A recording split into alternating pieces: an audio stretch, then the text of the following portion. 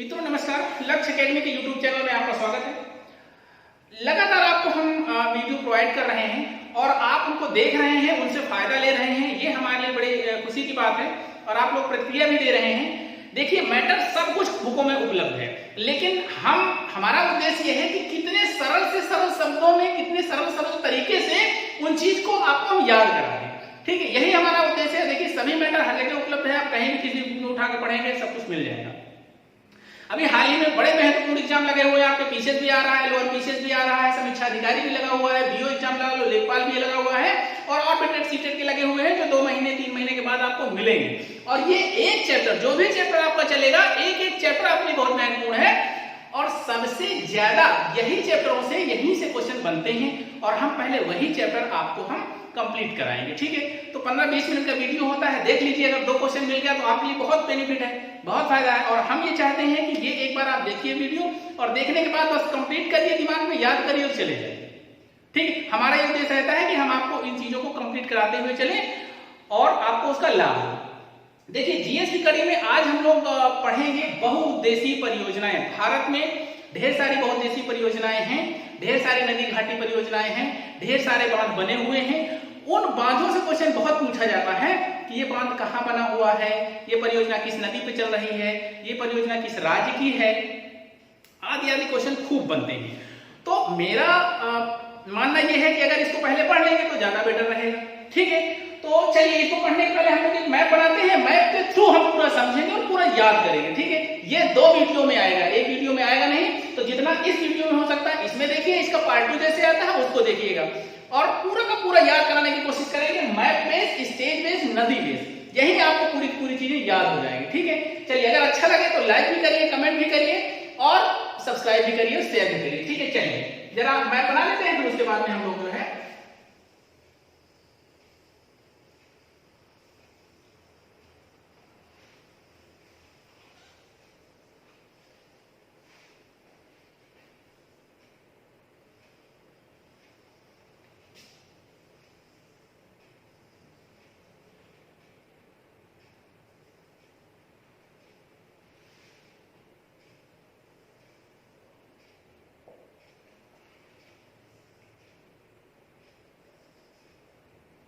चलिए आज हम लोग देखेंगे इसी मैप के साथ हम समझाने की कोशिश करेंगे कौन सी नदी कहां पर है, कहां किस राज्य में बहती है और उस राज्य, उस नदी में कौन कौन से बांध, कौन सी बहुउद्देशीय परियोजनाएं चल रही। देखिए, पहली बात तो बहुउद्देशीय परियोजनाएं, नाम से ही क्या है, बहुउद्देशीय अर्थात बहुत उद्देश्य हैं। मान लीजिए एक नदी में बह रही है और इस नदी में हमने एक बड़ा सा डैम बना दिया, बांध बना दिया और बांध बना करके इस जल को हमने रोक लिया यहाँ पर और यहाँ पर जल ये बढ़ेगा, ठीक है, दूर तक फैलेगा और इस जल से हमने कई उद्देश्य अपने पूरे कर लिए। जब देश आजाद हुआ था उस समय पर कृषि को सबसे पहले महत्व दिया गया था कि कृषि को हम लोग उन्नत करें और कृषि आधारित व्यवस्था थी, तो कृषि जितनी उन्नत होगी उसी के अनुसार देश विकास करेगा।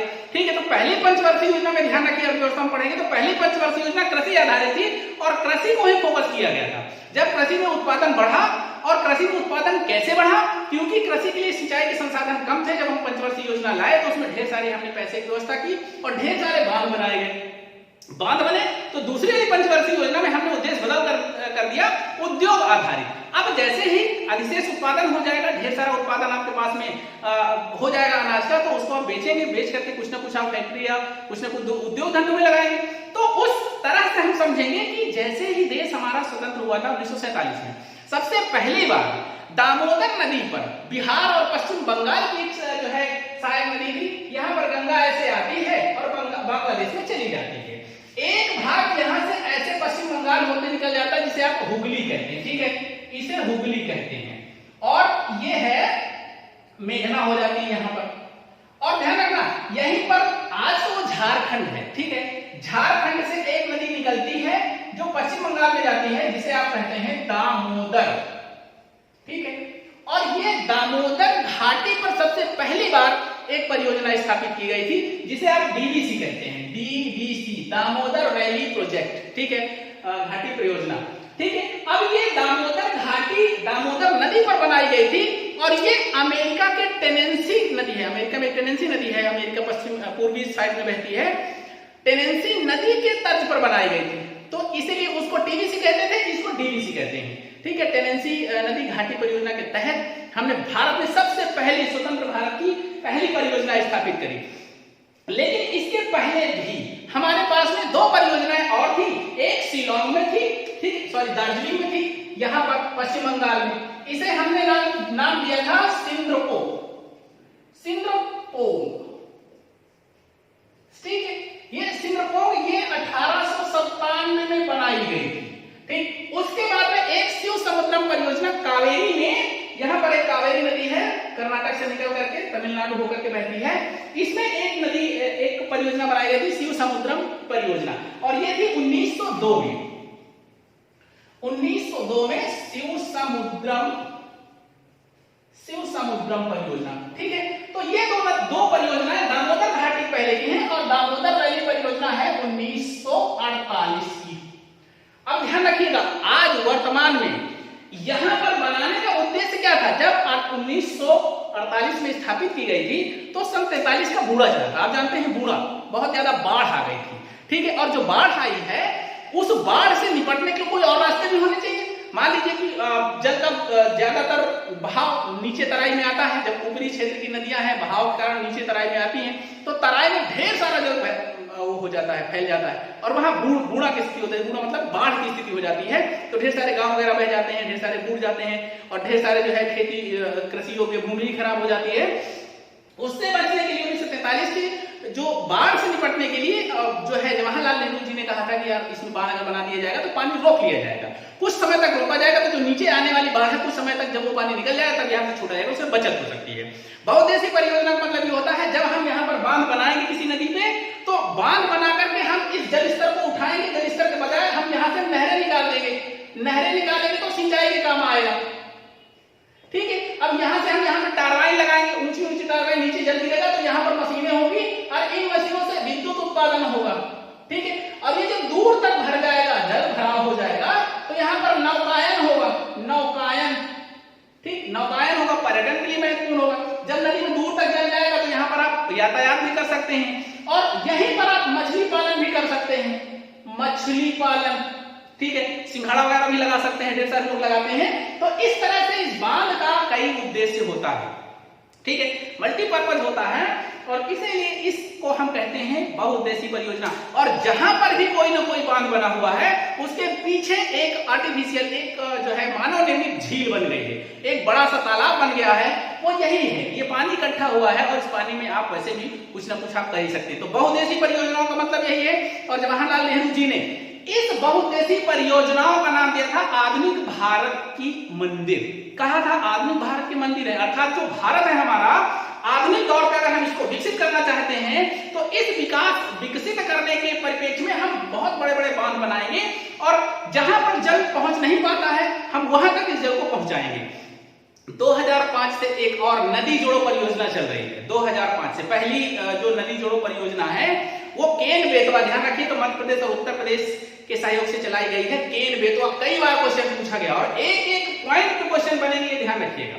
केन बेतवा परियोजना पहली 2005 के बाद पहली बार नहर नदी जोड़ो परियोजना के तहत इसको बनाया गया, और आज पूरे देश की नदियों को एक दूसरे से जोड़ करके उनके पानी को, कि जो पानी का जो वर्षा जल है जो समुद्री जो है समुद्र में जाकर के बेकार हो जाता है, खारा हो जाता है, उसको हम देश में जहां पर ऊंचाई वाले क्षेत्र हैं जहां सिंचाई नहीं हो सकती है तो वहां बांध करके वहां पानी ले जाने का काम करते हैं, और देश को पूरे के पूरे कृषि योग्य बनाने का एक प्लान चल रहा है। ठीक है, आप ध्यान रखिएगा, इसमें कुछ महत्वपूर्ण चीजें आज हम डिस्कस करेंगे, और पूरे नदियों को, पूरे देश की जितनी नदियां हैं जिन पे जो बांध बने हैं और क्वेश्चन जहां से बनते हैं वो हम सब डिस्कस करेंगे।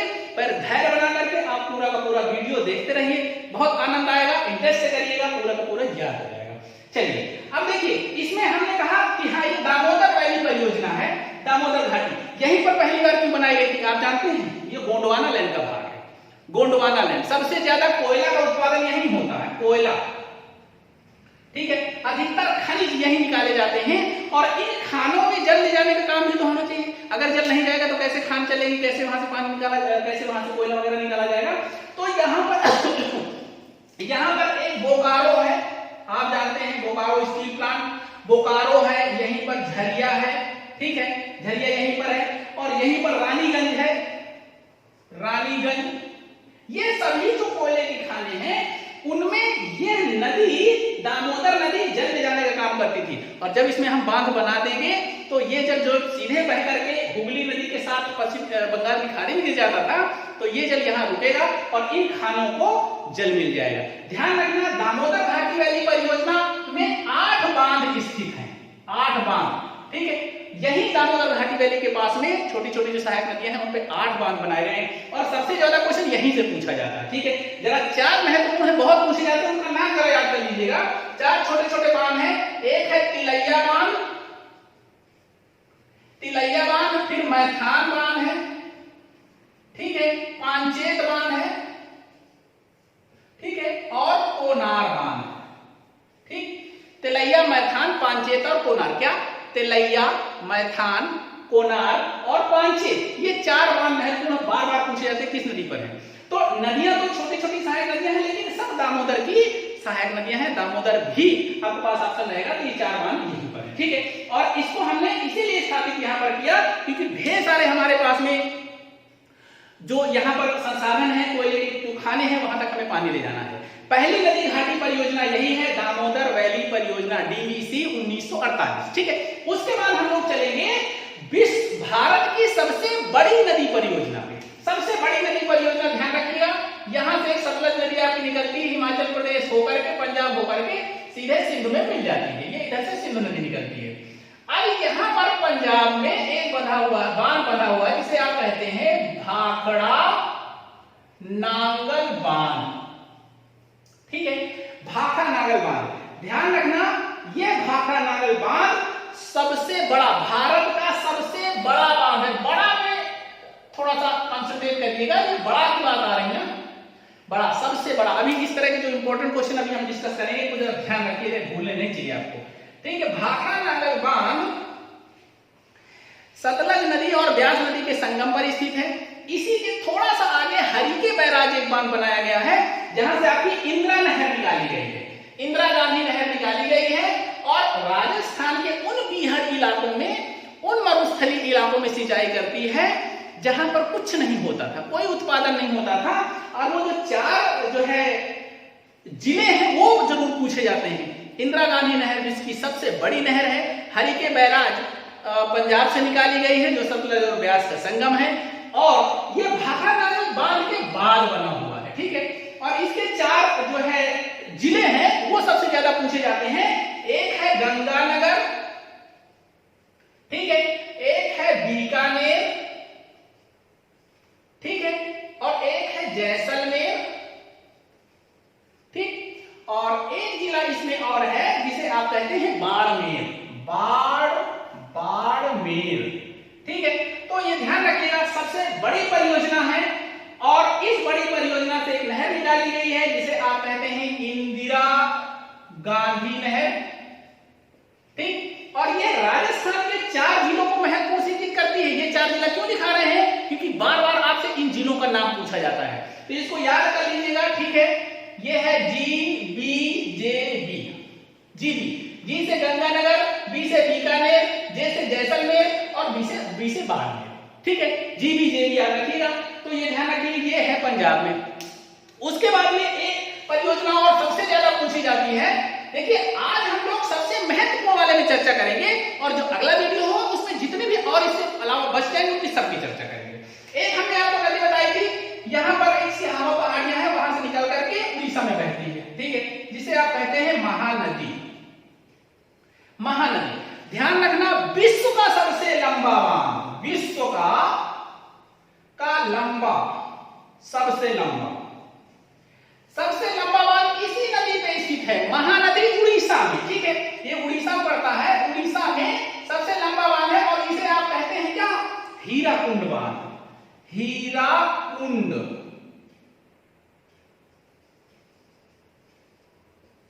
हीराकुंड बांध महानदी में स्थित है और ये विश्व का सबसे लंबा बांध है।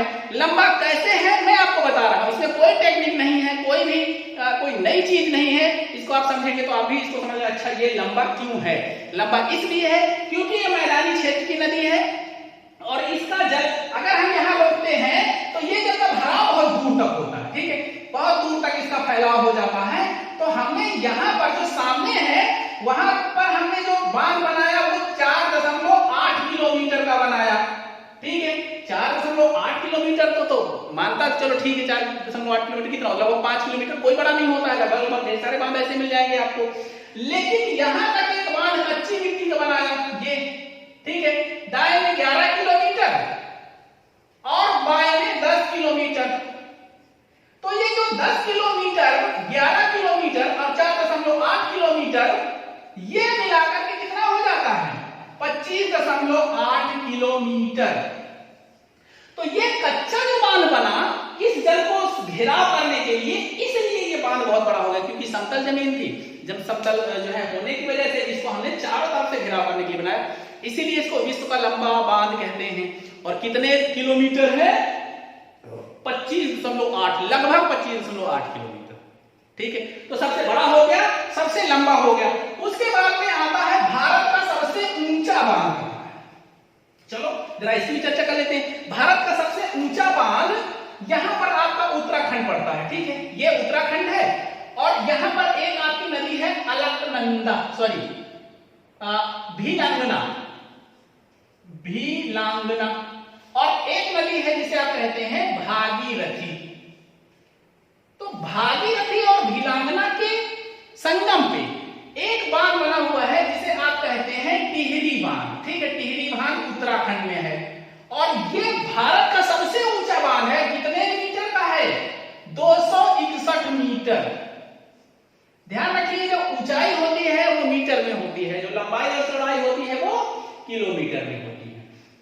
तो ये ध्यान रखिएगा, सबसे ऊंचा बांध टिहरी बांध है जो उत्तराखंड में स्थित है, और ये भीलांगना और भागीरथी और भीलांगना के संगम पर स्थित है, सबसे ऊंचा बांध। चलिए, ये भी हो गया, सबसे बड़ा हो गया, सबसे ऊंचा हो गया, याद हो रहा है ना, सब चीजें एक एक याद करते चलिए। उसके बाद में हम लोग एक चीज और आपको बताने वाले हैं कि सबसे ज्यादा जो बिजली उत्पादन है वो किस बांध में, किस प्रोजेक्ट के तहत हो रहा है। ठीक है, सबसे ज्यादा पावर प्रोजेक्ट अगर हम कहें तो ये नदी आपकी है जिसे आप कहते हैं सतलज। ठीक है, ये नदी है कौन सी, सतलज। और इसी नदी में हिमाचल प्रदेश में, कहा, हिमाचल प्रदेश में एक बांध बनाया गया है जो भारत का सबसे बड़ा बिजली उत्पादन करने वाला बांध है। सबसे ज्यादा बिजली उत्पादन करता है, लगभग 1500 मेगावाट। ठीक है, इतना उत्पादन करता है। और इस जो है परियोजना का नाम क्या है, बहुत पूछा जाता है, नाथपा झाकरी। क्या नाम है, नाथपा झाकरी।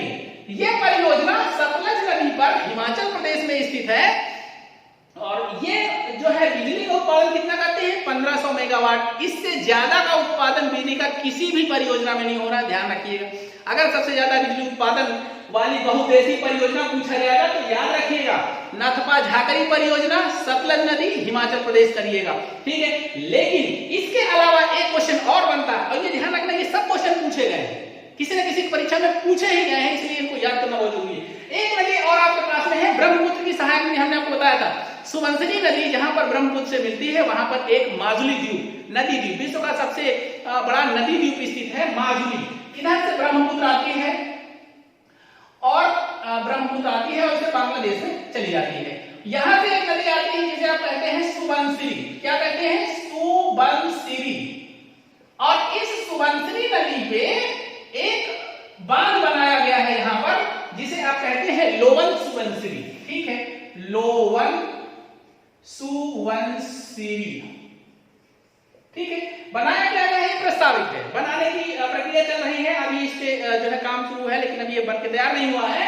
और ये इससे भी बड़ी परियोजना है, अर्थात यहां पर माना जाता है कि 200 मेगावाट, 2000 मेगावाट बिजली उत्पादन का लक्ष्य है और ये बिजली उत्पादन 2000 मेगावाट की करेगा। क्या नाम है, लोबन सुबनसिरी, प्रस्तावित है। और सबसे बड़ी परियोजना कौन सी है, नाथपा झाकरी। सबसे लंबा बांध कौन सा है, हीराकुंड बांध। सबसे ऊंचा कौन सा है, टिहरी बांध। सबसे बड़ा कौन सा है, भाखड़ा नागल बांध। और सबसे पहली बार स्थापित बांध का नाम है दामोदर घाटी परियोजना। ठीक, इतनी मुझे लगता है आपको अच्छे से समझ में आ गया होगा। उसके बाद हम लोग आते हैं, कुछ और चर्चा कर लेते हैं जो महत्वपूर्ण बांध है।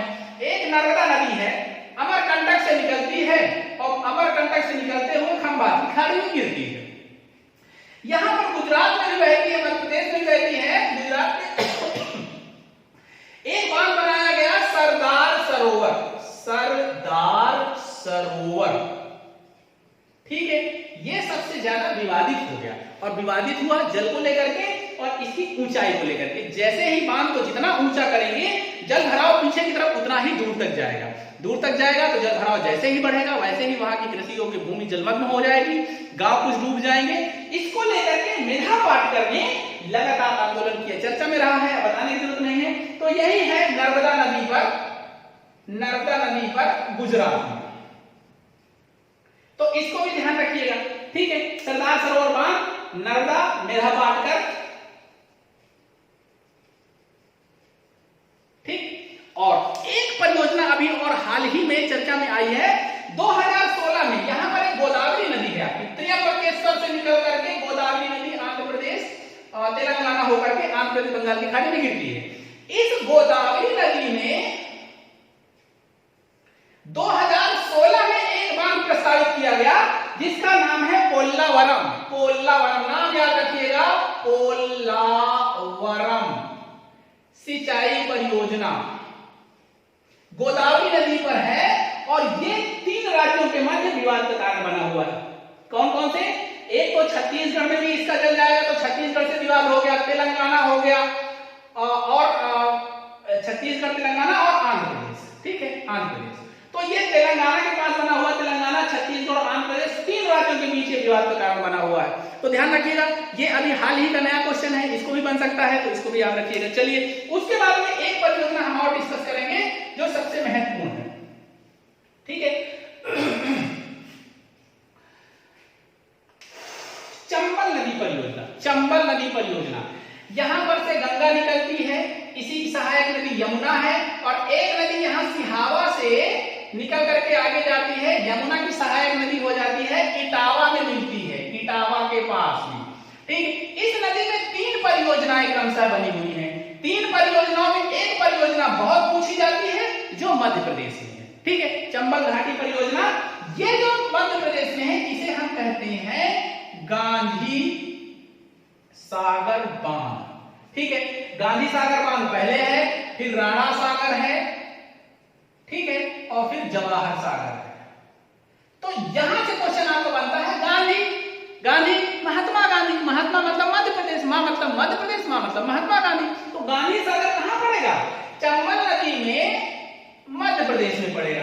तो इसको भी आपको याद रखना है, ठीक है। उत्तर प्रदेश की सबसे बड़ी परियोजना जरा एक है, उसको भी चर्चा कर लीजिए। अभी हम लोग मोस्ट इंपॉर्टेंट वाले में चर्चा कर रहे हैं, ध्यान रखिएगा।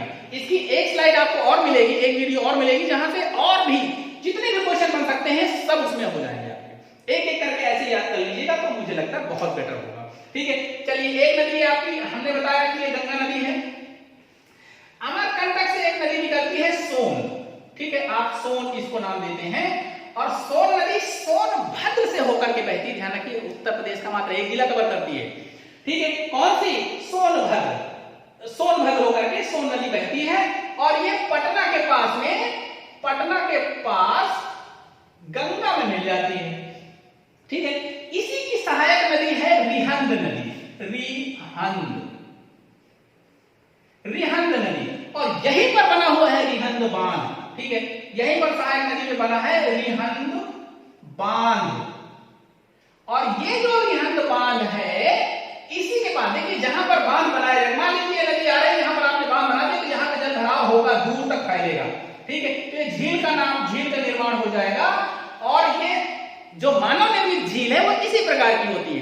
ध्यान रखना, उत्तर प्रदेश का सबसे महत्वपूर्ण बांध है, उत्तर प्रदेश का सबसे बड़ा बांध है, और यहां पर जो झील निर्मित हो जाती है, झील जिसे आप कहते हैं गोविंद बल्लभ पंत सागर, ठीक है। ये गोविंद बल्लभ पंत सागर भारत की सबसे बड़ी मानव निर्मित झील है। और ध्यान रखना, एक यहां पर आपको हमने बताया जहां पर ब्यास और सतलज मिलती है, भाखड़ा नागल बांध स्थित है, वहां पर गोविंद पंत सागर स्थित है, गोविंद पंत, और ये गोविंद बल्लभ पंत सागर है। इसमें ध्यान रखिए, बड़ा कंफ्यूजन होता है, ठीक है। तो गोविंद बल्लभ पंत नाम बड़ा है, तो उत्तर प्रदेश बड़ा है, क्या दिक्कत है, और यहां पर गोविंद पंत है तो यहां पर नाम छोटा है, ठीक है, तो इस तरह से हम इसको कर सकते हैं। बस एक पॉइंट और, भारत और भूटान के सहयोग से, मतलब भारत के सहयोग से भूटान में कुछ परियोजनाएं चल रही हैं जो सबसे ज्यादा इंपॉर्टेंट है, यहां से भी क्वेश्चन खूब बनता है। ठीक है, ये है भूटान, ठीक, ये वाला देश भूटान, और इस भूटान में क्योंकि बहुत छोटा सा देश है, हमारा पड़ोसी देश है, तो हमारे ही उसमें आश्रित है, तो यहाँ के विकास और उसकी जिम्मेदारी हमारी ही सरकार की होती है, तो हमारे देश की सरकार इसका पूरा सहयोग करती है। यहाँ पर 4-5 परियोजनाएं हैं, बहुत पूछी जाती हैं, और इन चारों पांचों परियोजनाओं को याद रखिएगा भाई। ठीक है, एक है संकोश परियोजना, भारत के सहयोग से भूटान में स्थित है। एक है चूखा परियोजना, अभी हाल ही में कई एग्जाम में पूछी गई है। एक है ताला परियोजना, ये भी यही भूटान में है। और एक है पुनत